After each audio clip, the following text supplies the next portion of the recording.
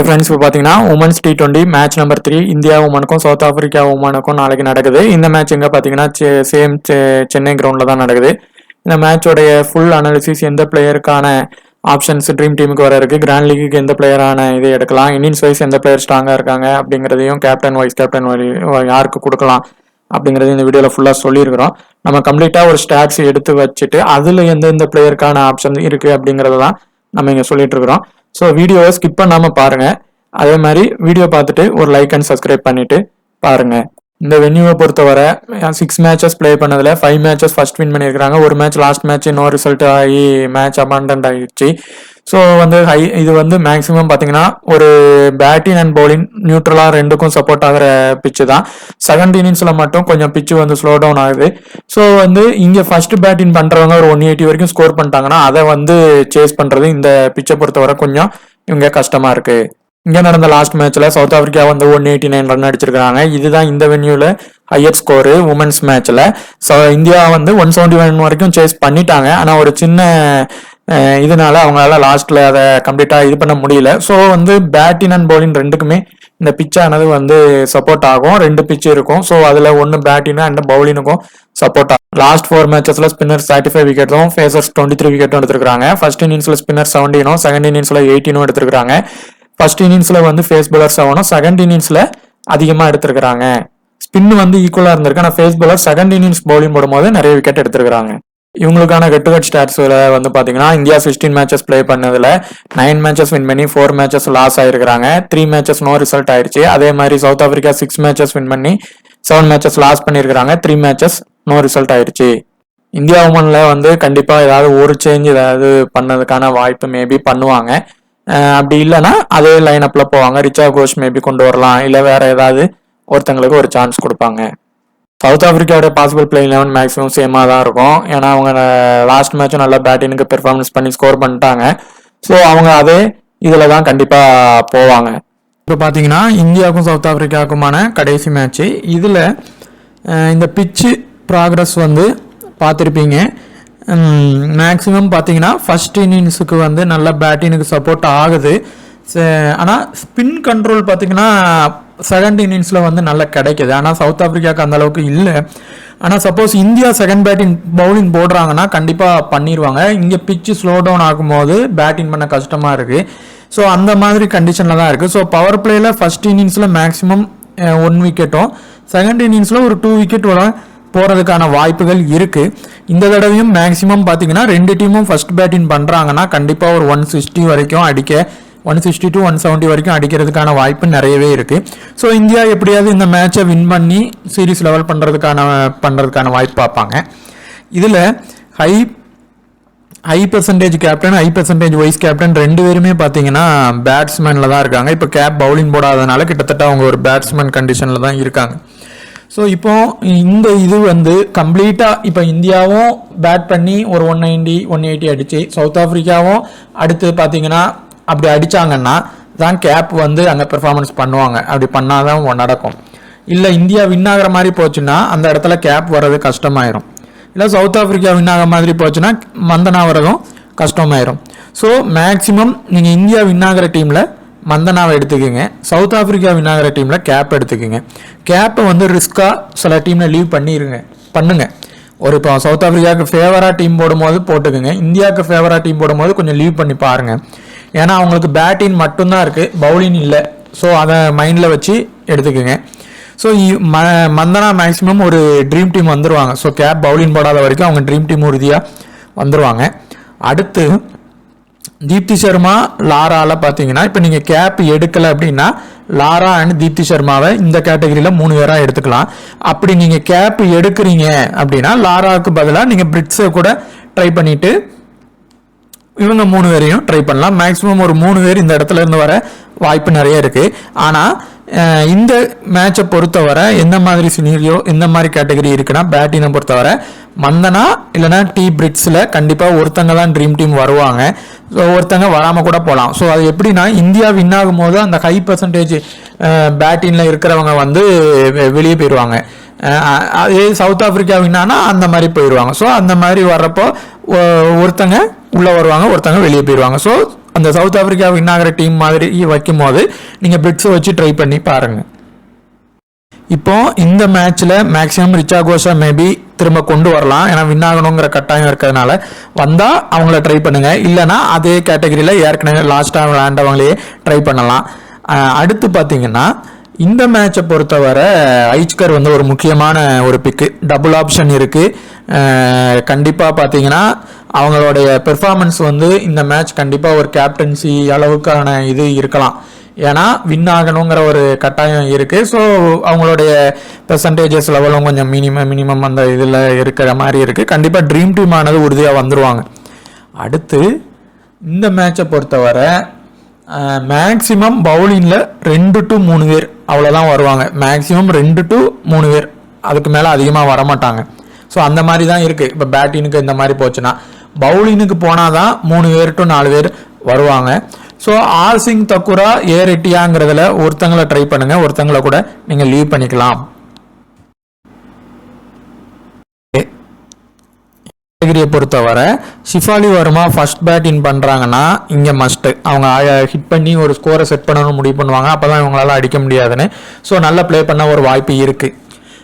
அதே மாதிரி D clerk, Pooja வஸ்டார்கர் இதில் இப்போ பார்த்தீங்கன்னா எந்த மாதிரினா சவுத் ஆப்பிரிக்காவை பொறுத்தவரை ஒரு 5 ஆல்ரவுண்டர் இருக்கிறாங்க, 4 ஆல்ரவுண்டர் இருக்காங்க. கேப்பு, அப்புறம் பார்த்தீங்கன்னா என்டி கிளர்க்கு, அதே மாதிரி இவங்க யாருன்னா ட்ரயான் இருக்கிறாங்க, அப்புறம் பார்த்தீங்கன்னா டிக்கர்சன் அப்படிங்கிறவங்க இருக்கிறாங்க. ஸோ நிறைய பேர் இருக்கிறதுனால நீங்கள் எப்படி எடுக்கலாம்னா என்டி கிளர்க் இல்லைனா ட்ரயான். இந்த மேட்ச் பொறுத்தவரை அப்படி தான் இருக்குது. இந்த 2 பேரில் நீங்கள் ஒருத்தங்களை ட்ரை பண்ணுங்கள், ஒருத்தங்களை லீவ் பண்ணுங்கள்.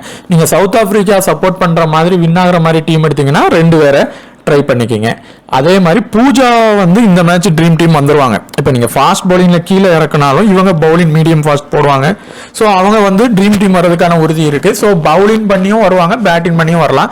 ஸோ இவங்க வர அதிகமான வாய்ப்பு இருக்குது ட்ரீம் டீம் வர. இதில் டி கிளர்க், ட்ரயானில் ஒருத்தங்களை ட்ரை பண்ணிக்கிங்க.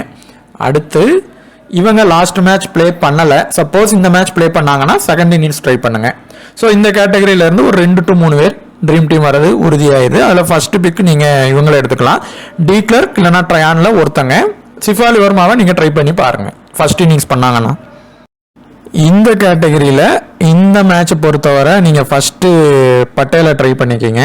அவங்க ஓரளவு ட்ரீம் டீம் வர்றதுக்கான ஆப்ஷன் இருக்குது. லாஸ்ட் மேட்ச் அவங்க இதில் அடித்தாலும் ஒரு 35-40 பாயிண்ட் எடுத்துட்டாங்க. மேபி ட்ரீம் டீமும் வர்றதுக்கான ஒரு வாய்ப்பு இருக்குது. இந்த மேட்சும் அதே மாதிரி கண்டிஷனில் தான் இருக்காங்க. ஸோ இப்போ ட்ரயான் இல்லைனா அந்த டி கிளர்க்கில் ஒருத்தங்க இந்த கேட்டகரி நீங்கள் ட்ரயான் எடுக்கிறீங்க. எப்படின்னா மேக்ஸிமம் ட்ரயான் செகண்ட் இன்னிங்ஸ் பவுலிங் போடுறாங்கன்னா நீங்கள் ட்ரயான் மேலே வந்து முக்கியத்துவம் கொடுத்து எடுத்துக்கோங்க.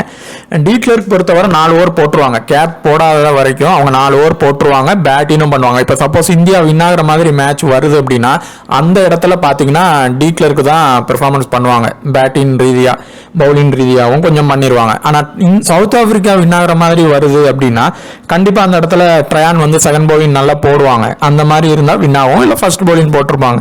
ஸோ அந்த மாதிரி நீங்கள் டீம் எடுத்துக்கோங்க. அது மாதிரி போஸ் ராட்ரிகஸில் கண்டிப்பாக பார்த்தீங்கன்னா ஒருத்தங்க வர்றதுக்கான வாய்ப்பு இருக்குது. ஏன்னா இப்போ பிரிட்ஸு வந்தனால ஒருத்தங்க ஃபெயிலியர் ஆகுறாங்க. இப்போ பிரிட்ஸு ஃபெயிலியர் ஆகிடுறாங்க அப்படின்னா இந்தியா தான் வின் ஆகும். பிரிட்ஸு ஃபெயிலியர் ஆகுறாங்கன்னா அந்த இடத்துல நீங்கள் போஸை வந்து டீமில் எடுத்திருந்தா நீங்கள் ட்ரை பண்ணி பாருங்கள். அவங்க லோ பெர்சன்டேஜில் இருப்பாங்க. லாஸ்ட் மேட்ச்சு அவங்களும் நல்ல ஓரளவு ஹிட் பண்ணுவாங்க. ஸோ ட்ரை பண்ணி பாருங்க. அதே மாதிரி இந்த இப்போ சவுத் ஆப்பிரிக்கா வின் ஆகும் அப்படின்னு நினச்சிங்கன்னா இந்த எம்லாபாவை வந்து செகண்ட் இன்னிங்ஸ் ட்ரை பண்ணி பாருங்கள். இவங்க 2 பேரையும் அப்படியே ட்ரை பண்ணி பாருங்கள். சவுத் ஆப்பிரிக்கா வின் ஆகும் அப்படின்னு நினச்சிங்கன்னா செகண்ட் இன்னிங்ஸில் 2 பேரையும் ட்ரை பண்ணலாம், இல்லைனா ஒருத்தங்களை எடுத்தால் போதும். இப்போ இந்த கேட்டகரியில் பார்த்தீங்கன்னா பிரிட்ஸ் இருக்கிறாங்க, ராதா யாதவ் இருக்கிறாங்க, ஏ ரெட்டி இருக்கிறாங்க. இப்போ மேக்ஸிமம் இந்தியா வின் ஆகிற மாதிரி டீம் எடுத்திங்கன்னா நீங்கள் இவங்க இந்த 2 பேரில் ஒருத்தங்களையே எடுங்க. இந்தியா வந்து லாஸ் ஆகும் அப்படின்னு நினச்சிங்கன்னா அந்த இடத்துல மந்தனாக்கு பதிலாக பிரிட்ஸ் வந்துடுவாங்க. ஸோ அந்த மாதிரி நீங்கள் டீம் எடுத்துக்கோங்க. இப்போ லாஸ் ஆகுது அப்படின்னா நீங்கள் இந்த 2 பேரில் ஒருத்தங்களை எடுத்துக்கோங்க. ஏ ரெட்டி ஃபர்ஸ்ட் பேட்டிங் பவுலிங் ஆனால் நல்லா தான் போடுவாங்க, ஆனால் லாஸ்ட் மேட்ச் ஆனால் அடிச்சிட்டாங்க. ஸோ நீங்கள் ராதா யாதவை ட்ரை பண்ணலாம். ஃபர்ஸ்ட்டு செகண்ட் பவுலிங் போட்டால் ஏ ரெட்டியை ஃபர்ஸ்ட் இன்னிங்ஸ் பவுலிங் போடுங்க. ஸோ இவங்க 2 பேரையும் இந்தியா வின் ஆகிற மாதிரி டீமில் ட்ரை பண்ணிக்கிங்க. இந்த 2 பேரில் ஒருத்தங்களை. இவங்களை வந்து நீங்கள் சவுத் ஆஃப்ரிக்கா வின் ஆகும்போது இவங்களை ட்ரை பண்ணலாம். மந்தனாவை கூட நீங்கள் ரிஸ்க்காக அந்த இடத்துல லீவ் பண்ணலாம். ஆனால் மந்தனா வந்து அவங்களுக்கு வந்து கேப் பவுலிங் போடாத வரைக்கும் அவங்க ஒரு சின்னதாக ட்ரீம் டீமாவது வந்துருவாங்க. ஸோ அந்த மாதிரியும் இருக்குது கண்டிஷன். ஆனால் பெருசாக வர மாட்டாங்க, அந்த மாதிரி வர்றதுக்கு வாய்ப்பு இருக்குது. ஸோ பிரிட்ஸு அந்த இடத்துல ட்ரை பண்ணலாம் சவுத் ஆஃப்ரிக்கா வின் ஆகிற டீமில். அதே மாதிரி இவங்க ஒரு ஆல்ரவுண்டர் பவுலர் தான். ஒரு லக்கா ஒரு ஓவர் கொடுத்து 2 விக்கெட் எடுத்துட்டாங்க, 1 விக்கெட் எடுத்துட்டாங்க அப்படின்னா கண்டிப்பாக அடுத்து ஓவர் திரும்ப கொடுத்துருவாங்க. ஸோ உங்களுக்கு டாப் ஆர்டர் கொஞ்சம் வருவாங்க, லோ பெர்சன்டேஜில் இருப்பாங்க. இவங்கெல்லாம் ஒரு சின்னதாக ஒரு ட்ரம்ப் பிக்கு தான். ஒரு வேளை ஃபர்ஸ்ட் பவுலிங் பேட்டிங் பிடிக்கிறாங்க அப்படின்னா டாப் ஆர்டரில் விக்கெட் போயிட்டு அப்படின்னா இந்த ராட்ரிகஸ், இந்த சாஜனா, இந்த மாதிரி ஆட்கள் தான் ப்ளே பண்ணுவாங்க. ஸோ நீங்கள் அந்த மாதிரி ஆளுக்கு வாய்ப்பு கொடுத்து பாருங்கள். இந்தியா மேட்ச்சில் சவுத் ஆஃப்ரிக்கா வந்து அதாவது இவங்க சவுத் ஆஃப்ரிக்கா வந்து டாமினேட் பண்ணுவாங்க அப்படின்னு நினச்சிங்கன்னா இவங்களெல்லாம் ட்ரை பண்ணி பாருங்கள். இந்த டெர்க்சன் அதே மாதிரி டீக்லர்க்கில் ஒருத்தங்களை எடுத்தாலே போதும். இமேக்ஸ் வந்து ஃபஸ்ட்டு பவுலிங் போடுறாங்கன்னா ட்ரை பண்ணி பாருங்கள், இல்லைன்னா விட்டுருங்க. இவங்கள ட்ரை பண்ணி பாருங்கள். ஆர்டர் டாப் ஆர்டரில் தான் லாஸ்ட் மேட்ச்சில் வச்சுருந்தாங்க. ஸோ இவங்கள ஃபஸ்ட் இன்னிங்ஸ் ட்ரை பண்ணி பாருங்கள். இந்த மேட்ச் பொறுத்தவரை பிரிட்ஸுக்கு ஒரே ஒரு இதில் சவுத் ஆஃப்ரிக்கா வின் ஆகுது அப்படின்னா கேப்டன் வைஸ் கேப்டன் கொடுத்து பாருங்கள். ரெட்டிக்கு ஒரே ஒரு இதில் ஃபர்ஸ்ட் பவுலிங் போடுறாங்க அப்படின்னா ஒரு வீசி அளவு ட்ரை பண்ணி பாருங்கள். அதே மாதிரி பூஜா வஸ்ட்ராக்கர் வந்து ஒரு சின்னதாக ஒரு ட்ரம்ப் பிக்கு தான். இந்த மேட்சை பொறுத்தவரை பவுலிங் அண்ட் பேட்டிங் ரெண்டுமே கான்ட்ரிபியூட் பண்ணதுக்கான இது இருக்குது. ஸோ அவங்களுக்கு கண்டிப்பாக சிவிசி ட்ரை பண்ணி பாருங்கள். இவங்க ஆஷா உள்ளே வராங்க அப்படின்னா செகண்ட் இன்னிங்ஸ் ட்ரை பண்ணி பாருங்கள், இல்லைன்னா விட்டுருங்க. ஷிஃபாலி வர்மா இல்லைன்னா லாரா. ஷிஃபாலி வர்மா இல்லைனா லாரால ஒருத்தங்க ட்ரீம் டீம் உறுதியாக வந்துருவாங்க. நீங்கள் வின்னிங் சவுத் ஆஃப்ரிக்காவுக்கு சப்போர்ட் பண்ணி போடும்போது லாராவை கூட நீங்கள் ட்ரை பண்ணுங்கள். அப்படி இல்லைனா ஷிஃபாலி வர்மாவே ட்ரை பண்ணுங்கள். 2 பேருமே டாப் ஆர்டரில் வரப்போ பவர் பிளேயில் ஒரு விக்கெட் போகும். ஸோ அது யார் போகும் அப்படிங்கிறதுனால நம்ம அதை வந்து ஷிஃப்ட் பண்ணி எடுக்கணும். நீங்கள் ஷிஃபாலி வர்மா லாரால ஒருத்தங்களை ட்ரை பண்ணி பாருங்கள்.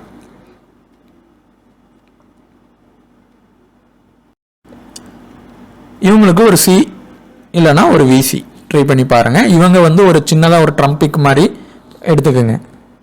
இவருக்கு ஒரு விசி வர ட்ரை பண்ணி பாருங்கள். இதில் பொறுத்தவரை மந்தனாக்கு ஒரே ஒரு இதில் அவங்க ஃபர்ஸ்ட் பேட்டிங் பிடிச்சாலும் செகண்ட் பேட்டிங் பிடிச்சாலும் ஃபர்ஸ்ட் பேட்டிங் பிடிச்சா கன்ஃபார்மாக ஒரு சிவிசி ட்ரை பண்ணி பாருங்கள்.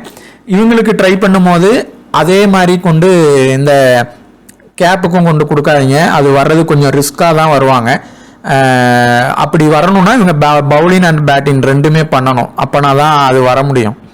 ஸோ ஒரே ஒரு இதில் வேணால் ட்ரை பண்ணிக்கிங்க. இந்த மேட்ச் கம்ப்ளீட்டாக பேட்டிங் பக்கம் தான் போவோம் அப்படின்னு நினச்சிங்கன்னா பண்ணிக்கிங்க, இல்லைன்னா அது ரிஸ்க் தான். அதே மாதிரி தீப்தி சர்மா ஃபஸ்ட்டு பவுலிங் போட்டு பேட்டிங் பண்ணாங்க அப்படின்னா கண்டிப்பாக அவங்க ஒரு சிவிசி வரலாம்.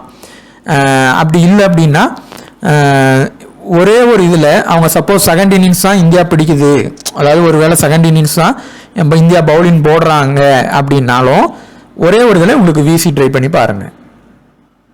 அதே மாதிரி லாரா இல்லைன்னா ஷிஃபாலி சர்மாவில் ஒருத்தங்களுக்கு கண்டிப்பாக சிவிசி ட்ரை பண்ணி பாருங்கள் ஒரு கேட்டகரியில். ஆனால் 2 பேருக்கும் ஒரே மாதிரி கொடுத்துடாதீங்க. இப்போ லாராக்கு கொடுத்துட்டு மந்தனாக்கு கூட கொடுத்து பாருங்கள். ஆனால் லாராக்கு கொடுத்துட்டு ஷிஃபாலி வர்மாக்கு கொடுக்காதீங்க, அது வர்றது கொஞ்சம் கஷ்டமாயிரும், அவங்க வரமாட்டாங்க. அதே மாதிரி 75 to 100 சிவிசி இருக்கிறதுனால மேக்ஸிமம் அந்த கேட்டகரியில இருந்து ஒரு சிவிசி வரும். அந்த இன்னிங்ஸ் வைஸ் யார் வருவாங்க அப்படிங்கிறத நம்ம சொல்லியிருக்கிறோம். ஸோ அவங்க மேலே ட்ரை பண்ணி பாருங்க. அதே மாதிரி அதுக்கு அடுத்த கேட்டகரியான 50 to 75, 25 to 50 இல்லை அதுக்கு கீழே உள்ள கேட்டகரியில் அடுத்த வர சிஓ விசிஓ மாற ஒரு வாய்ப்பு இருக்குது. ஒரு டைப் எப்படி வரும் பார்த்தீங்கன்னா செகண்ட் டைப். இது வந்து எந்த மாதிரி வரும் அப்படின்னா இது வந்து 9 கிரெடிட்டில் 75 to 100 வந்து இருக்காங்க. சிவிசி வந்து 2 பக்கமும் ஒரே இதில் ஹை இதில் இருக்காங்க. ஸோ இந்த கேட்டகரியிலேயே இருக்கிறவங்க வராமல், அதே மாதிரி 75 to 100 வராமல் அதுக்கு அடுத்து இருக்கிறவங்க 50 to 75, 25 to 50 அதுக்கு கீழே இருக்கிறவங்க கிட்டேயே சிவிசி ஆனது வரும். ஸோ இந்த 2 மாதிரியான சிவிசி வர்றதுக்கான வாய்ப்பு இந்த மேட்ச்சில் இருக்குது. கண்டிப்பாக 50%க்கு கீழே கண்டிப்பாக ஒரு 4 to 5 பேரை நீங்கள் எடுத்துக்கோங்க. ரிஸ்கான பிளேயரை ஜிஎலுக்கு நீங்கள் ட்ரை பண்ணி பாருங்கள். கண்டிப்பாக அவங்க தான் நம்ம ரேங்கை வந்து ஒரு நல்ல ஒரு இதுக்கு வந்து கொண்டு போவாங்க. ஸோ உங்களுக்கு வீடியோ பார்த்துட்டு கண்டிப்பாக ஒரு லைக் அண்ட் சப்ஸ்கிரைப் பண்ணிவிட்டு பண்ணுங்கள். டெலிகிராமில் ஜாயின் பண்ணாலும் ஜாயின் பண்ணுங்கள். அங்கே நம்ம ப்ரைவேட் கான்டெஸ்ட்டும் இது பண்ணுவோம். ஸோ ஜாயின் பண்ணிக்கிடுங்க. தேங்க்யூ.